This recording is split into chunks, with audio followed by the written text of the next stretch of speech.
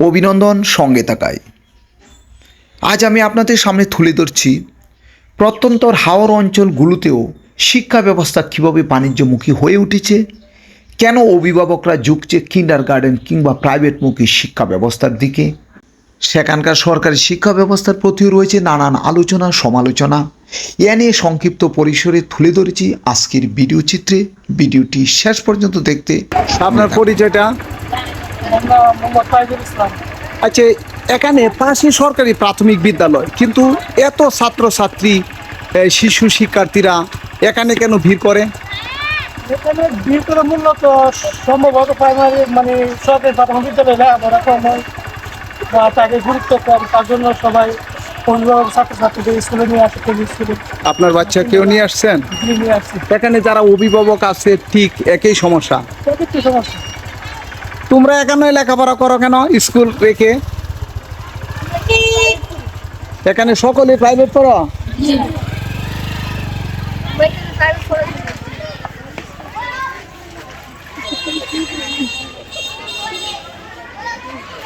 সুপ্রিয় দর্শক, আমি আপনাদের সামনে একটি বাস্তবতা তুলে ধরছি।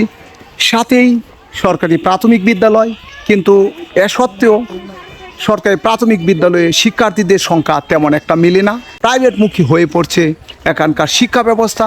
এমনই বাস্তবতার কথা তুলে ধরছেন অভিভাবক এবং শিক্ষার্থীরা। যে এখানে এই যে কিন্ডারগার্টেনে এত ছাত্রছাত্রী, কিন্তু স্কুলে ছাত্রছাত্রী নাই, কারণটা কি? কোচিং পড়া। দর্শক, আপনারা নিশ্চয়ই শুনেছেন, আসলে কোচিং বাণিজ্যের সাথে ঝুঁকে পড়েছে শিক্ষার্থীরা। এমনই দৃশ্য আমি আপনাদের সামনে তুলে ধরছি। পাশেই আপনারা নিশ্চয়ই দেখছেন চারুতলা স্কুল অ্যান্ড কলেজ।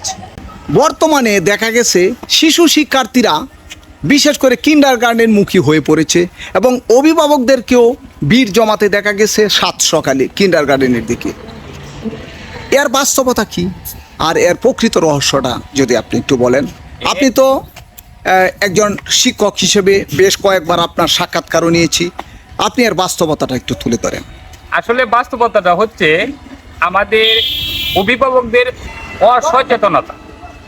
কারণ আমরা বর্তমানে প্রাইমারি স্কুলগুলি যে সরকার কর্তৃক যে শিক্ষক দিচ্ছে তাদের যোগ্যতা অনেক বেশি, এবং তারা শিক্ষকতা করতে গিয়েই প্রথমেই তারা দুই বছরের নেয়, ও এক্সপিরিয়েন্স অভিজ্ঞতা নেয়, এবং প্রতি মাসেই বিভিন্নভাবে তারা প্রশিক্ষণ পেয়ে থাকে। কিন্তু আমাদের প্রশ্নটা হলো, এই যে অভিভাবকরা যে এই ছোট একটা রুমের মধ্যে বৈশা থেকে তাদের ছেলে মেয়েদেরকে সুশিক্ষা শিক্ষিত করছে, আসলে এটা মোটেও ঠিক নয়। হ্যাঁ, এদের হইলো এইভাবে যদি তারা যেভাবে ছাত্ররা তাদের সন্তানকে নিয়ে এই কিন্ডারগার্টেনে আসছে, এইভাবে যদি প্রাইমারি স্কুলে শতকরা 2 জনও বসে থাকে, তাহলে যে প্রাইমারি স্কুলের যে শিক্ষকরা আছে ওরা কিন্তু ক্লাস করতে বাধ্য। এখন আমাদের একটা ধারণা প্রাইমারি স্কুলে ক্লাস হচ্ছে না, তাই তারা কি করছে, তারা এই কিন্ডারগার্টেন মুখী হচ্ছে। হ্যাঁ, তারা মনে করছে এখানে এই শিশুদেরকে বিভিন্ন সময় তারা বিভিন্নভাবে তাদেরকে শিক্ষিত করছে। আসলে মূলত মূলত হচ্ছে এই প্রাইমারি স্কুলগুলোর মধ্যেও যে ধরনের ছাত্রছাত্রীরা বসার পেজ আছে এবং তাদের যে প্রশিক্ষণ আছে, এই ধরনের প্রশিক্ষণ কিন্তু কিন্ডারগার্টেনগুলির মধ্যে নাই। তারপরে আমাদের গ্রাম এলাকায় বা শহরে আমরা দেখছি যে কিন্ডারগার্টেনের লোকেরা, হ্যাঁ, এখানে অভিভাবকের একটা বড় একটা মিলন মেলা হয়। এখানে মূলত মা রাজারা আছে, তাদেরও একটা এই উচ্চ বিলাসিতা আছে। এখানে আইলে তারা অনেক সুযোগ সুবিধা পায়, বিভিন্ন লোকের সাথে আলাপ আলোচনা করতে পারে। এমনি এরা মনে করে যে তাদের শাশুড়ির বাড়িতে বা শ্বশুর বাড়িতে তারা একটা এই মধ্যে গণ্ডির মধ্যে থাকতে হয়, তাদের মন মানসিকতা নিচু হয়ে যায়। কিন্তু তা না, তারা এখানে আসলে একটা মুক্তভাবে আলাপ আলোচনা করতে পারে, গল্প গুজবের সুযোগ পাই বলতে আপনি বোঝাতে চেয়েছেন। এবং আপনি কিন্ডারগার্টেন মুখী যে শিক্ষাটা, এটা আপনার বলা চলে যে একটা গণ্ডির ভিতরে শিক্ষাদান করে থাকেন। পাশাপাশি আমি একটা কথা বলতে চেয়েছিলাম আপনাকে, সেটি হচ্ছে কিন্ডারগার্টেন কি বাণিজ্যমুখী হতে যাচ্ছে এই সুযোগে? এই আসলে কিন্ডারগার্টেন তো বাণিজ্যমুখী, মূলত তো এই শিক্ষা কাটটাই এখন বাণিজ্যের দিকে মনে হচ্ছে। আমরা যে শিক্ষকতা আছি, আমরা যেন ব্যবসার দিকে আমরা যেন আমাদের মন মানসিকতা চলে যাচ্ছে। আসলে বর্তমানে যে এই এই শিক্ষার্থীরা আছে তারা তেমন ভাবে পড়ালেখার মধ্যে মনোযোগে বিনষ্ট হয়ে গেছে। কারণ এই যে মোবাইল আছে, এই মোবাইলের কারণে তারা মোবাইলে আসক্ত হয়ে গেছে, যার ফলে এই যে আমাদের আমরা যখন ক্লাস করি এই ক্লাসে তাদের মনোনিবেশ করতে পারে না। যার ফলে এদের যে ক্যাটাগরি থাকার কথা এই ক্যাটাগরির মধ্যে আমরা নিতে পারি না তাদের। হাই স্কুলে শিক্ষকতা করেন, কিন্তু কোন ক্লাস পর্যন্ত পড়াশোনা করেন? আমি অষ্টম শ্রেণী থেকে একাদশ দ্বাদশ পর্যন্ত আমি ক্লাস। সেক্ষেত্রে আপনি কি প্রায়ই খেয়াল করেন যে শিক্ষার্থীদের হাতে মুঠোফোন থাকে? আমরা এই মুঠোফোনের ব্যাপারে অনেক সময় তাদেরকে শাসন করি, কিন্তু তারপরেও তারা মুঠোফোন নিয়ে আসে। তারপরে আমরা আইন প্রয়োগ করি, বিভিন্ন নিয়ম নীতি আমরা দেখাই। অনেক সময় আমরা মোবাইল তাদের কাছ থেকে ধরিয়ে নিই। তাদের অভিভাবকদেরকে আমরা একটা আমাদের সেই অফিস কক্ষে ডেকে এনে তাদের কাছে আমরা এই মোবাইলগুলি পরামর্শ প্রদান করে থাকেন, যাতে করে শিশু শিক্ষার্থীদের হাতে মুঠোফোন না দেয়। দর্শক, আপনারা নিশ্চয়ই দেখতে পেরেছেন শিশু শিক্ষার্থীদের হাতে মুঠোফোন, আর এটিও একটি ক্ষতির কারণ। পাশাপাশি তিনি তুলে ধরেছেন বাস্তবতা, যে বাস্তবতার নিরিখে তিনি বলে চলেছেন শিক্ষা এখন বাণিজ্যমুখী হয়ে গেছে, যেই কারণে অভিভাবকরা যেমন করে ঝুঁকছে শিশু শিক্ষার্থীরাও সেই ভুল পথেই হাঁটছে।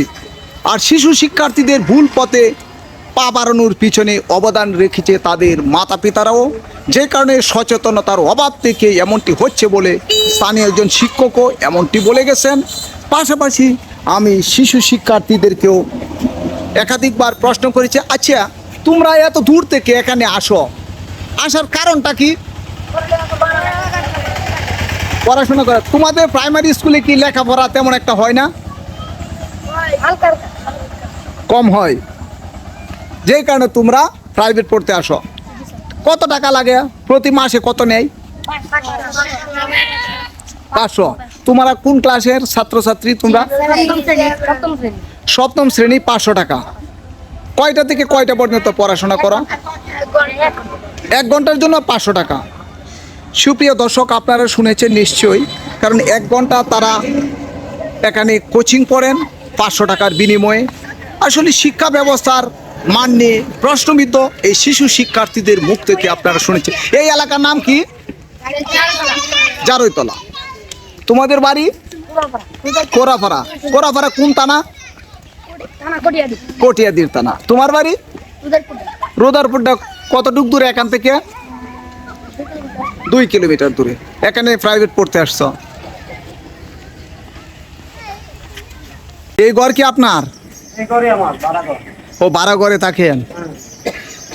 ভাড়া ঘরে কত বছর ধরে থাকেন? 4 বছর। নিজের কি জমি জমা নাই? জমি জমা তো নাই, তারপর তো ভাড়া ঘর থাকতে হয়। ছেলে মেয়ে আছে? এক ছেলে। কি করে? স্কুলে পড়ে, সুলভালি নাম্বারে স্কুলে পড়ে। কিন্ডারগার্টেনে? কিন্ডারগার্টেনে লেখাপড়া করালে টাকা লাগে না? টাকা লাগে। আপনার পরিচয়? আমার নাম জনাব মোহাম্মদ রবন মিয়া। আমি প্রধান শিক্ষক ভারপ্রাপ্ত, 18 পুকুরপাড়া সরকারি প্রাথমিক বিদ্যালয়। আচ্ছা, এখানকার বর্তমান ছাত্রছাত্রীর সংখ্যা কত? এখানকার বর্তমানে ছাত্রছাত্রী হচ্ছে 135 জন। 2024 ছিল 156 জন। এখন তো দিন দিন ছাত্র কম আছে, শুধু কিন্ডারগার্টেনের কারণে। তারা গত বছরের তুলনায় শিক্ষার্থীর সংখ্যা কমে যাওয়ার আসলে কারণটা কি আপনি একটু কারণ হচ্ছে এলাকার যে অভিভাবক আছে, বিশেষ করে মায়েরা, তারা আবার কিন্ডারগার্টেন শিক্ষকরা যখন ফটি পাটা দেয়া, অনেক ধরনের দেয়া, প্রলোভ দেয়া এদিকে নেই। কি ধরনের প্রলোভনের মুখে পড়ে তারা চলে যায়? তারা দেয় আর আমরা এনে পড়াইলে আপনারা সুবিধা হইব, লেখাপড়ার দিক দিয়ে আমরা কোনো গাফলতি নেই। তারা এই মানে আমাদের স্কুলের ছাত্রই, তারা কিন্তু আমাদের অধ্যয়নরত ছাত্র, কিন্তু আমাদের সংশ্লিষ্ট কর্মকর্তা থেকে জানানি পড়া তারা দেওয়ার কোনো পদক্ষেপ নেই। তো মনে করেন মাস সমাবেশ আছে, উঠান বৈঠক আছে, হোম ভিজিট আছে, এদের মধ্যে আমরা কিন্তু এই এরপরে দিয়ে মানে এই উঠান বৈঠক মাস সমাবেশের ছাড়াও অভিভাবকরা রাস্তাঘাটে পাই বা আমরাও যাই গিয়া বলি, তারা আমাদের মানে কথা বলে যে আমরা ছাত্র বাড়াইতে, তাদেরকে সচেতন করার চেষ্টা করে চলেছেন বিভিন্ন চেষ্টা করেছি, অনেক চেষ্টায় আছি আমরা। একটা অভিযোগ উঠেছে প্রাথমিক বিদ্যালয়ের ক্ষেত্রে যথেষ্ট তদারকির অভাব এবং শিক্ষকদের অনীহা, বিশেষ করে কিন্ডারগার্টেনের লেখাপড়ার মান ভালো হয় এবং তারা অনেকখানি গুরুত্ব সহকারে শিক্ষার্থীদেরকে পাঠদান করে থাকেন। সেক্ষেত্রে আপনার সরকারি প্রাথমিক বিদ্যালয়ের ক্ষেত্রে কী ধরনের কার্যক্রম চালু আছে? আমরা তো মনে করুন যে কারিকুলামের মাধ্যমে এবং আমাদের শিক্ষকরা এই আপনার বিষয়ভিত্তিক প্রশিক্ষণ আরও বিভিন্ন ধরনের প্রশিক্ষণ দেয়। এই প্রশিক্ষণগুলি তো কিন্ডারগার্টেন শিক্ষকরা পায় না। তারা কীভাবে করে? তারা তো হলে কারিকুলামের বাইরে লেখাপড়া করে, এটা কিন্তু কারিকুলামের মধ্যে নেই, এদের শিক্ষা দেয়। প্রধান সাহেব, এখানে শিক্ষার্থীর সংখ্যা মোট 135 জন, এরই মধ্যে নিয়মিত কতজন উপস্থিত থাকে? নিয়মিত আপনার 110 জন বা 15 জনের মধ্যে থাকে। আচ্ছা, এরই মধ্যে শিক্ষকের সংখ্যা কতজন? শিক্ষক সংখ্যা হলে আমরা এমনি পোস্ট হলো 6টা, কিন্তু এগুলো প্রধান শিক্ষক নাই, আমি ভারপ্রাপ্ত হিসেবে আছি। তার মধ্যে শিক্ষক সংখ্যা হলো আমরা 60 জন। 60 জনের মধ্যে এগুলো একজন থেকে বদলে গেছে কোটিয়াদের উপরে। বর্তমানে 3 জন আছেন। বর্তমানে 3 জন আছে, আরেকজন আছে আমরা ডিপিএডে প্রশিক্ষণে আছে 1 বছরের। আচ্ছা, প্রাথমিক বিদ্যালয়ে আপনি কি মনে করেন শিক্ষকের যথেষ্ট অভাব রয়েছে শিক্ষা প্রতিষ্ঠানগুলোকে? জি জি, অভাব রয়েছে শিক্ষক। প্রাথমিক বিদ্যালয়ের শিক্ষকের মান ভালো, শিক্ষকদের গুণগত মানের পাশাপাশি পাঠ্যপুস্তক অনুযায়ী সঠিক পাঠদান করা হয়, তবে সেক্ষেত্রে সচেতনতার অভাব থেকেই এমনটি হচ্ছে বলে আপনি মনে করছেন? ভ্রান্ত ধারণা কাজ করে অভিভাবকদের মাঝে।